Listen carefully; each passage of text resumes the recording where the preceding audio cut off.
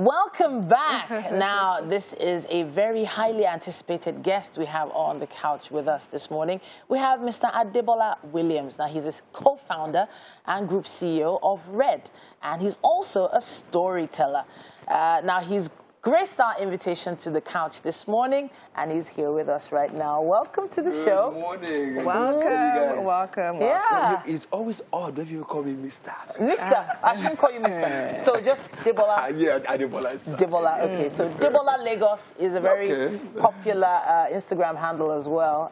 And you're well known for your attire, especially. You wear white and red a lot. Yes. I really want to touch on how that branding began. Interesting. I think about 6 or 7 years ago. Okay. I just woke up one day and felt, why is the standard for professional dressing Western? Why is that the standard? Okay. And I thought to myself, my identity is African, my identity is Nigerian, and I'm professional anywhere I go as a Nigerian. So why do I need to validate it by dressing up in a standard defined by another culture? And that was it. I wanted to wear this anywhere, and so going forward from that time, if you met me in Champs-Élysées or Oxford Circus on Manhattan, you know, presenting to Obama or presenting in a ballroom in anywhere in the world, I'm dressed this way as an identity of where I've come from. And it's funny because I was just talking with Kola Kudus, who you had earlier, about this and talking about why it was important, you know, for even in our organizations in Nigeria to soften up a little on when they say formal dressing, it doesn't have to be suit. So when I go to events and I see formal, I wear my agbada. That's my three-piece. You know, my agbada is my jacket, and the cap is my tie. Awesome way of thinking. But now the colors. You're pretty particular about the colors. I'd like to ask, how many of these sets do you have in your wardrobe? I do not know anymore. I stopped counting. Even the caps, you know, I know I get a certain number. I think about 20 every month or something. So you get fresh ones? Yes, I get same color, same shade. I was about to ask, your dry cleaner must be having a field day. Well, I hope so, you know, creating employment. But then I just wanted to pick a color. I wanted to pick a color. I tried red and black at first, but I thought it was too loud. And I used to like white. So I think about white and red. White is pristine, you know, it's subtle, but still confident, and that was it. Distinct. You know when he walks into a room, that's for sure. And you've had the opportunity to speak on many different platforms. Thank God. To many different high net worth individuals. Thank God for that. And important people. Yes. Now, this experience of being able to tour and travel the world, have you been able to put everything into a particular context, direction, some kind of purpose? I think that's what we're doing. I think my life has always been about adding value, changing narratives and stereotypes. And I remember sitting on the stage at the main session of the WTO, where our auntie is now the DG, with the former DG. I was on the main panel, and my opening speech then was, you know, today you see me dressed as a prince from Nigeria. So when next you get an email, quote-unquote, a fraudulent email saying that I'm a prince from Nigeria, remember that we are all many princes, and some of us do great things and, you know, have impact. You know? So my life has always been to go to places, to engage people, or through our company Red, or through the Future Awards Africa, which has been changing the narrative for young people and building up young people, through statecraft, which has been working, you know, with elections, through Enough is Enough, that has been helping with activism and young people in politics, or through Red Media, that works with companies to change perception and help them expand their business. So my work and my life's purpose has always been to tell stories. And so I have to converge people, or I have to go to places where there are people to engage, or use strategies like social media and marketing. So the sole purpose of my life is changing perceptions that build better societies. And that is why I've also, of course, written this book. I was going to ask, I knew you were going to talk about that. Yes, actually. Okay, so now the question for you, or rather, before I go to the question, I love the fact that every time I have the opportunity of hearing you speak, my mind, there's always like a new wave, like there's a new, new pattern and all of that. So now the last time, or the first time I was opportune to meet you, the conversation of being single and if we're ready to settle down. We had that conversation. Yes, That is true. Yes, so I mean, now you're married. And of course, the wedding broke the internet. Thing that women do? Yeah, well, what is that?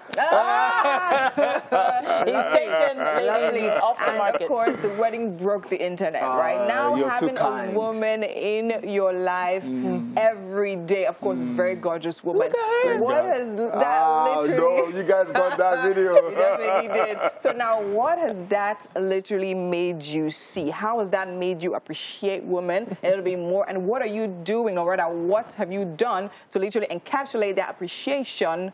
I mean, I trust you to use everything you get. That I've just been favored by God. That all my life I've had women be instrumental in my purpose. And I'm deeply grateful to so many women, from my mother, who was the first African power girl I met, you know, being a single woman, raising, a single mother raising us 4 kids, to women who I met along the line, Attire, amazing woman when we were trying to get our feet in NTA, Auntie Obi Ezekwesili, who was amazing, you know, with the Future Awards, Mrs. Bonali Austin Peters, Auntie Moabudu. There's just been several women who have been such a blessing to me. And I think it's because women have the capacity to see seeds. And see the future of this seed as a tree bringing fruits. Men oftentimes wait until you're big and they can see where they can connect with you, but women are nurturers, you know. And so I've always deeply appreciated women. So I'd like my wife to probably answer that question, if you know how I've done. But every time they ask her, she gives me 100 over 100. You know, but I think that, you know, I've entered into that phase, the afternoon phase of my life. You know, because we all have 3 phases. There's a morning time, which is your 0 to about 24, afternoon time from 25 to about 50, and an evening time. And the afternoon time where you're a bit, you know, more focused, more settled, less risk-taking. That's the only sad part about the afternoon, because I'm thinking of my wife. When I get on a flight, usually, I say, God, forgive me for all my sins, take me safely, and if not, forgive me and accept my soul. Now, when I get on a flight, my prayer has changed. Because I'm thinking about my wife. I'm thinking about so many people. It's not about me anymore. You know, so just that groundedness in purpose. Just that clarity of, okay, now you have to redesign and ensure that your future fits into building family and all of that. And then it recenters my love for nation building. My love for her and my love for our unborn children recenters, you know, my focus on how we must have a better world where my child can grow. You know, I've always been about that, but it heightens it, you know. We must have to fight more for women, because I see her and I want her to grow professionally. So there are structures and systems that you must break that can ensure that she benefits and the society benefits. You know, I have to say, recently, was it last week, you had loads of beautiful school children join you at the venue as you put out a book, African Power Girls. Now, I was like, you're writing a book about girls, but now it's kind of, you've explained a little bit more about how women have been so impactful in your life. I brought you guys 2 copies. Thank you. This is one for you. I'll get the other one. Thank you. Writing this book was simple. I wanted to write a storybook for my goddaughters. No, not write. I wanted to buy. And I couldn't find one. Wow. I tried for about 2 years. I found one about Maya Angelou. I found about Rosa Parks and Co. But I wanted the one about the woman from Nyanya and Imo State and about women and Fulayo and Samputi, or from Ghana, from Kenya. Stories that they could really connect with. I couldn't find one. So I said, if you can't find it, write it. Wow. I wanted to write it at home, print it, and send to them. And I thought, you know what, why not just make it a book and give this to girls around the world? And that was how the book was born. So you have some comments here from, of course, Mo Abudu, Zain Asha from CNN. You also have Jackie Chimhanzi, African Leadership Institute CEO in South Africa. So a lot of people have also added their voice. Yes, I mean, the First Lady of Ghana wrote the foreword, and the DSG, Amina Mohammed, also wrote a second foreword for the book. Amazing. Honestly speaking, I wish there was more time for us to dig deeper but that food is calling us right now. I think what's important to note is just that all of us must use our platforms to build the African power girls of the future.